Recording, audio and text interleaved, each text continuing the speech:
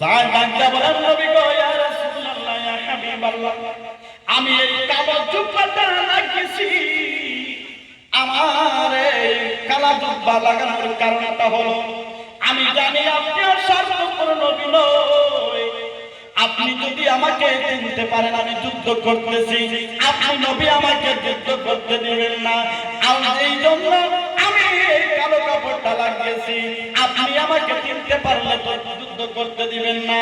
আপনি যেহেতু আমাকে না চিনতে পারেন, আপনি চিনলে আমাকে যুদ্ধ করতে দিবেন না। এই জন্য আমি এই কালো কাপড়টা লাগিয়েছি। বলেন সুবহানাল্লাহ।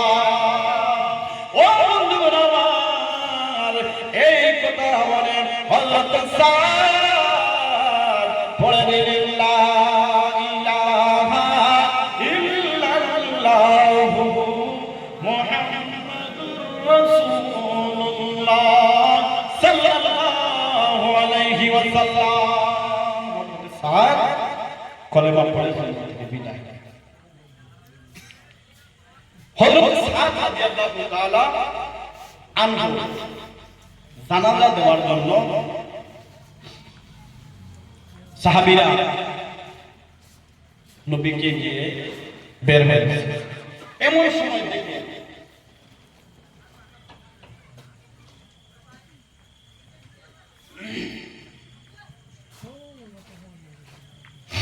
আমার কাছে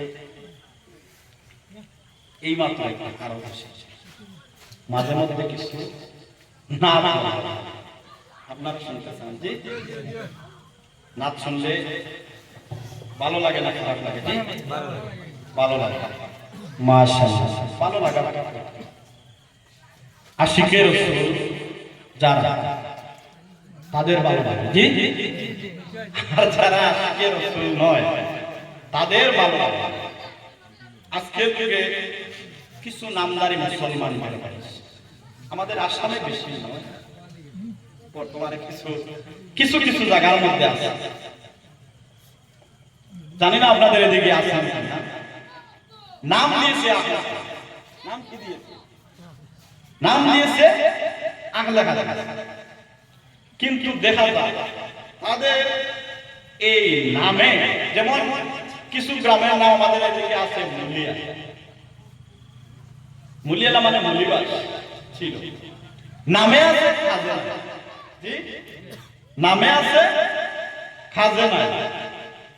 কিছু জায়গায় আপনাদের এদিকে হয়তো থাকতে পারে মন, মানে এই যে মন আছে না, এই জন্য নাম লেগেছে। কিন্তু আজকে যুগে কি এই মনগুলো আছে? মাঝে মধ্যে একটা কাজ করে, কিন্তু গ্রামের নাম হয়েছে মন। এমনি ভাবে তারা নাম দিয়েছে আগলা। কিন্তু দেখা যায় যা সব কিছু নবীজির সুন্নতের বাইরে। ওরা দুরূদ শরীফ পড়তে তাদের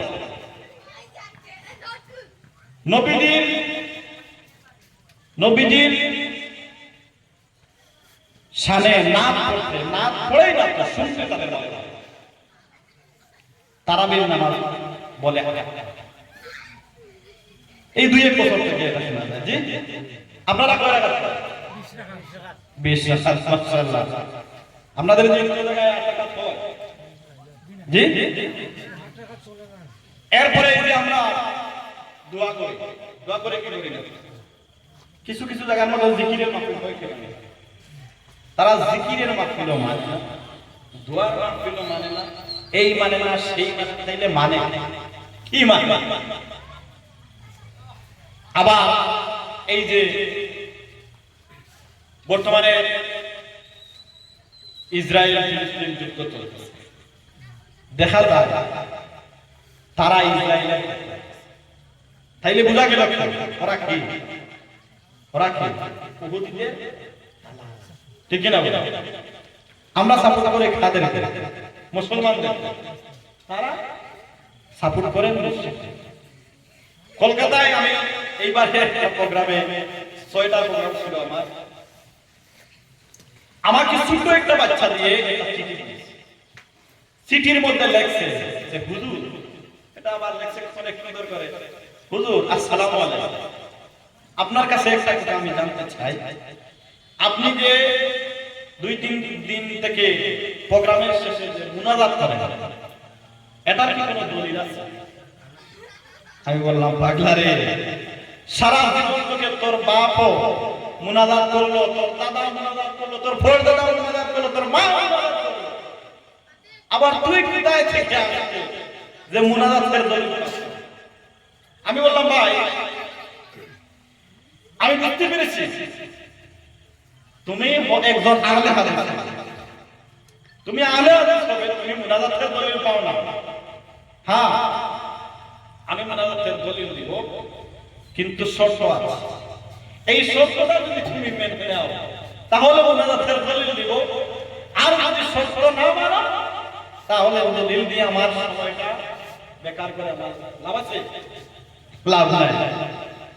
বললাম, আমি অমুক মেম্বার সাহেবের ঘরে আমি অবস্থান করব, কালকেও আমার প্রোগ্রাম আছে, তুমি আজকে এখানের মধ্যে যাইবা, আর যাওয়ার সময় তুমি একটা ছোট্ট স্টাম্পের কাগজ দিবা।